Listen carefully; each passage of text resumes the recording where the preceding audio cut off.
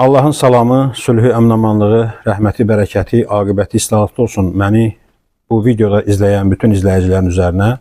Mən bundan öncə sizlərə, əziz mənim dinləyənlər, sizlərə siyam haqqında, pəhriz haqqında söyləmişdim. Necə ki, insanlar el arasında ona oruç deyirlər.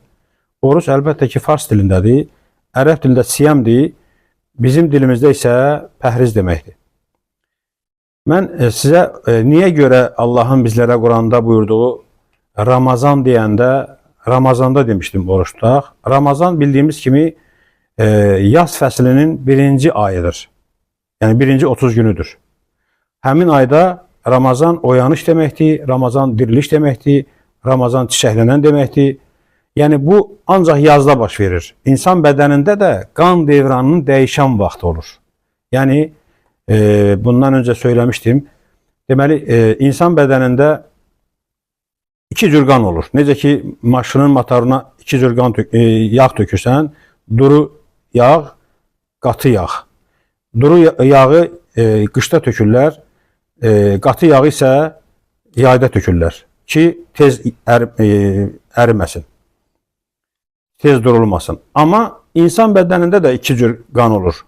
Duru qan, qatı qan. O qanın dəyişmə prosesi, dediyim kimi, o qanın dəyişmə prosesi yazda baş verir, o oyanış vaxtı. İnsan bədənində də oyanış baş verir.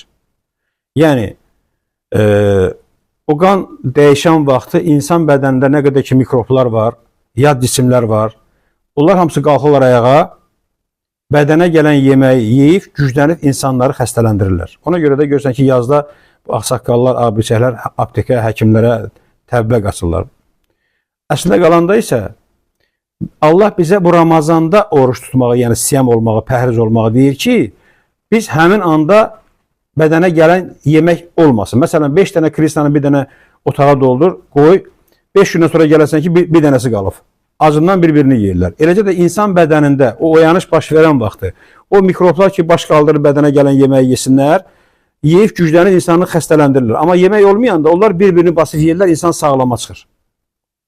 Ona görə də Allah təbarək təala bizlərə bu tibbi cəhətdən də bizə xeyri olduğunu bizə açıb aydınlaşdırır. Məsələn, insan bədənində 3 cür qan hüceyrələri var ki, vacib qan hüceyrələri var ki, bunu hamı bilir.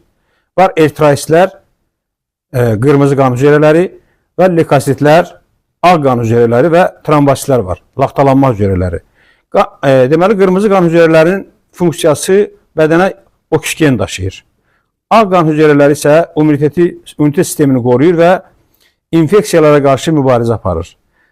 Laxtalanma hüceyrələri isə insan bədənində kəsik olanda orada laxtalanma yaradır ki, insan qanı axmasın. Və bir də insanda xolasterin olur.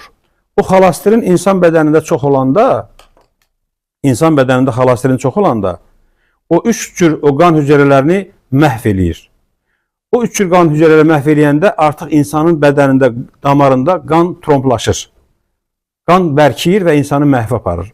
Ona görə də Allah təbarək təala bizlərə Ramazanda, yəni yazın birinci ayında bu pəhrizi saxlamağı buyurur ki, yəni pəhriz saxlamaq, yəni yeməklə pəhriz saxlayırsan, həm də ki, pəhriz yeməkləri yeməklə xolasterini salırsan aşağı.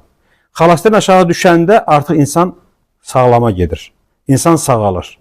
Ona görə bu insanlara bu cür Allahın ayələrini aydınlaşdırmaqdan ötürü insanlara xeyirli ibadətləri Allah özü bizlərə buyurur. Sadəcə açıqlamır. Məsəl üçün 97-ci surədə orada Allah buyurur ki, biz nazil edərik onu Qədr gecəsində. Nə idrakin sahibisən? Nədir Qədr gecəsi?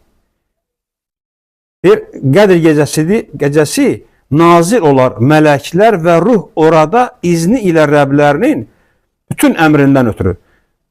Ta dan yeri sökülənə qədər salamatçılıq olsun. İndi diqqətlə baxaq. Bugün yer üzərində olan insanlar, eləcə də Azərbaycanda, başqa yerlərdə görürsünüz ki, Qədr gecəsində Quranı başlarına qoyurlar ki, güya Quran başlarına girəcək.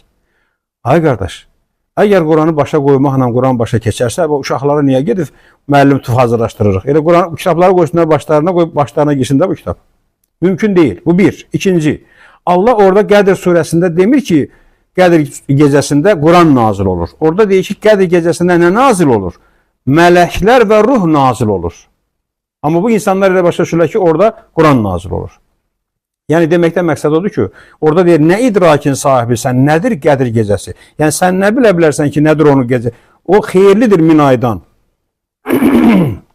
Yəni 1000 aydan xeyirlidir.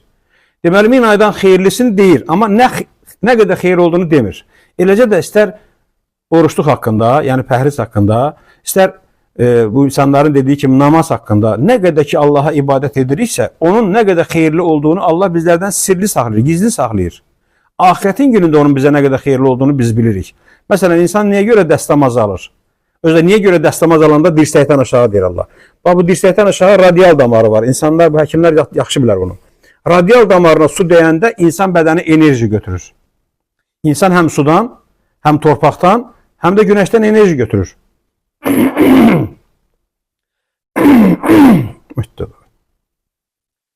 Yəni enerji götürür insan sudan, torpaqdan və günəşdən.